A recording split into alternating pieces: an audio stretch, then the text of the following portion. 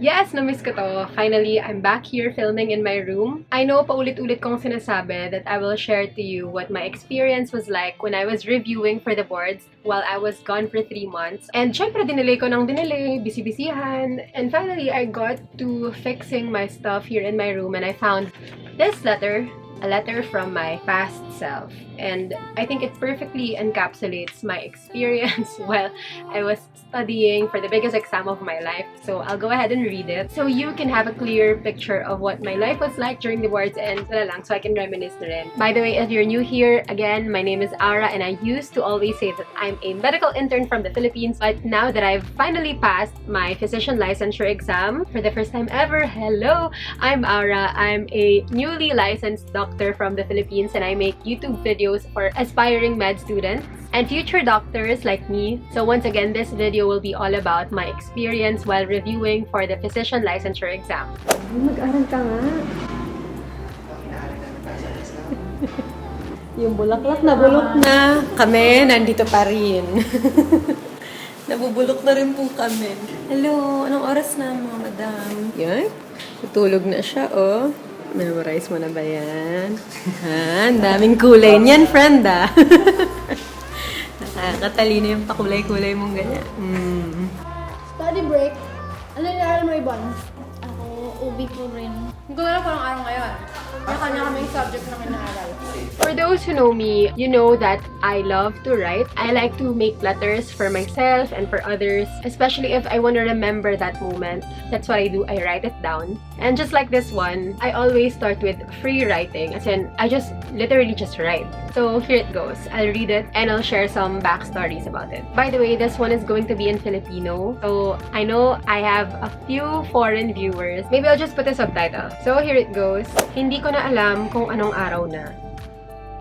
Alam ko lang natapos na ang Physio Day 3 kahapon, Legal Med na ngayon at Anatomy bukas. Kinain na ako ng sistema. Oh, very dramatic. But that's the truth. You know, they always warned us that when you start reviewing for the boards, you will no longer be aware of what the calendar date is, but you are well aware of what subject you're supposed to study for that day because they give us a calendar of our schedule of subjects to study. So like, during this time, I was probably studying legal med. Kinain na ako ng sistema. So ito yung sistema. Gigising ng maaga, makikipag-unahan sa shower, magbibihis ng kahit anong mapulot sa drawer kasi magja-jacket din naman ako pagdating sa napakalamig na classroom. True! Before my review started, because I moved into a dorm, remember, I shopped for plain t-shirts, as in mga 10 pieces, and I told myself that this is what I will wear every day. So I never have to think about my fashion choices. Hello, ayoko naman problemahin yung sasuotin ko pa, diba? And it's true, like every day, we just wore hoodies. So I wish I had more hoodies that time. Minsan, maswerte kasi maaga natatapos ang lecture at may oras pa para mag-recharge bago mag-self-study ulit sa gabi. Ngayon, kumakain ako ng donut na bigay ng roommate kong si Jazz at umiinom ng kapeng barako na first time kong ma-brew gamit ang aking bagong AeroPress. Grabe. That AeroPress thing, I've been raving about it. It really changed my life because it was a recommendation from Jamie from the Strive to Fit and I love it and all my friends love it. And I mentioned that in one of my other videos, yung How to Stay Awake video. Siyempre, nakikinig ako sa bagong album ni Taylor Swift na Reputation at favorite ko ang Endgame dahil may rap doon si Maring Tay. Big reputation, big reputation. Charot lang. Ang ganda pa ng study spot ko dito, nasa sulok ng hindi ginagamit na dining area, katabi ng bintana, may malaking table, kasya lahat ng abubot ko. Tahimik pa.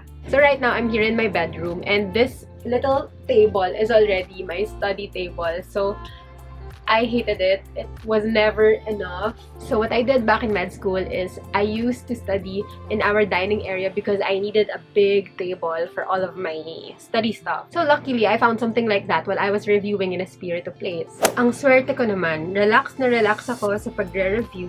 Walang distraction. Walang ibang responsibilidad. Pagkatapos nito, doktor na ako.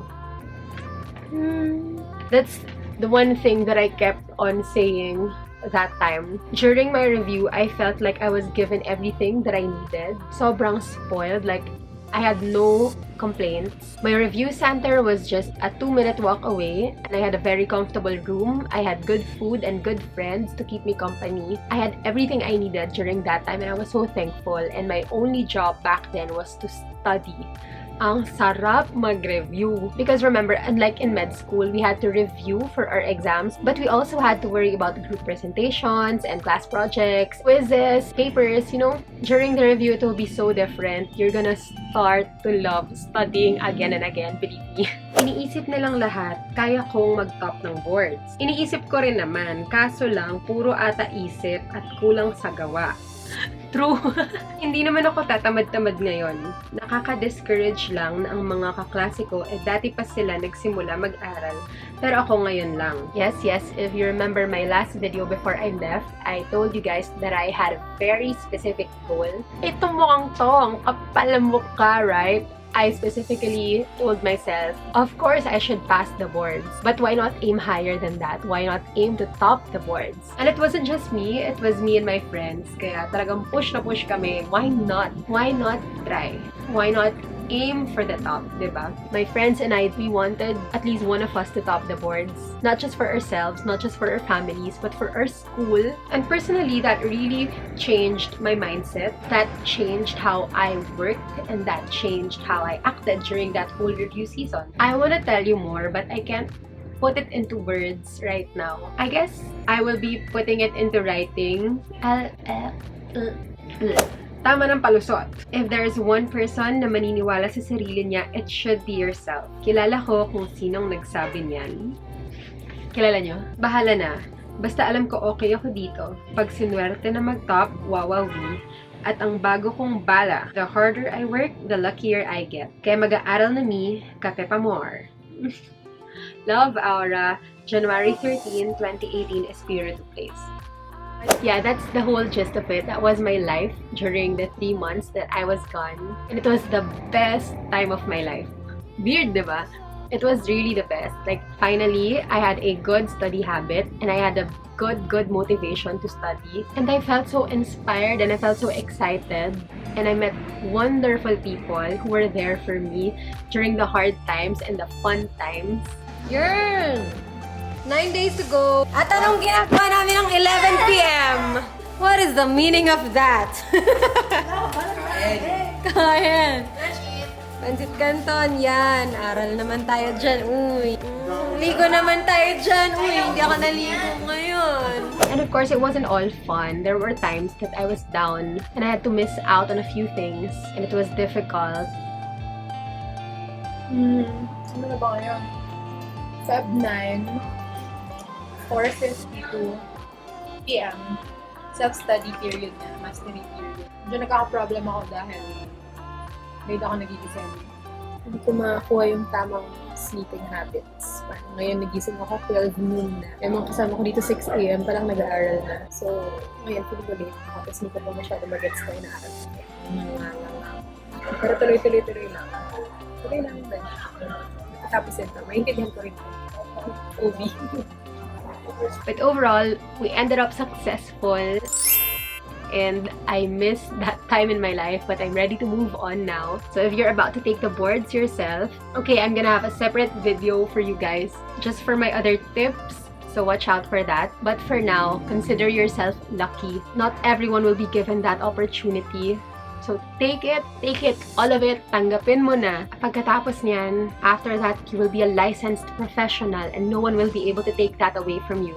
If you want to read this and see my kind of okay handwriting, head on over to my blog, aurazarcon.com, and follow me on social media. It's auraru on both Twitter and Instagram. Congrats in advance and congrats to everyone else who passed. Thanks for watching. Bye-bye!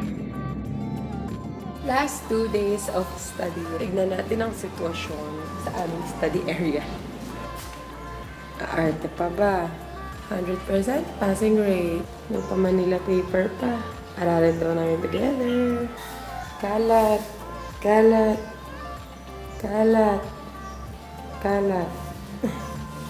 Walang nag-aaral. Anong oras na? 8 o'clock na halos. Wala pang nag-aaral. Pagod na. Pagod na kami. Pero Excited na lang. Excited nang matapos. Less than 1 week from now. And magka-congratulate na kami sa isa't isa. Saka galing ha? Slacker goals. Anong oras na? Saka pa, ba't ngayon ka lang dumating? Ha? Dati 4 a.m. nandito na tayo. Tapos ngayon 8 a.m. Chill-chill pa.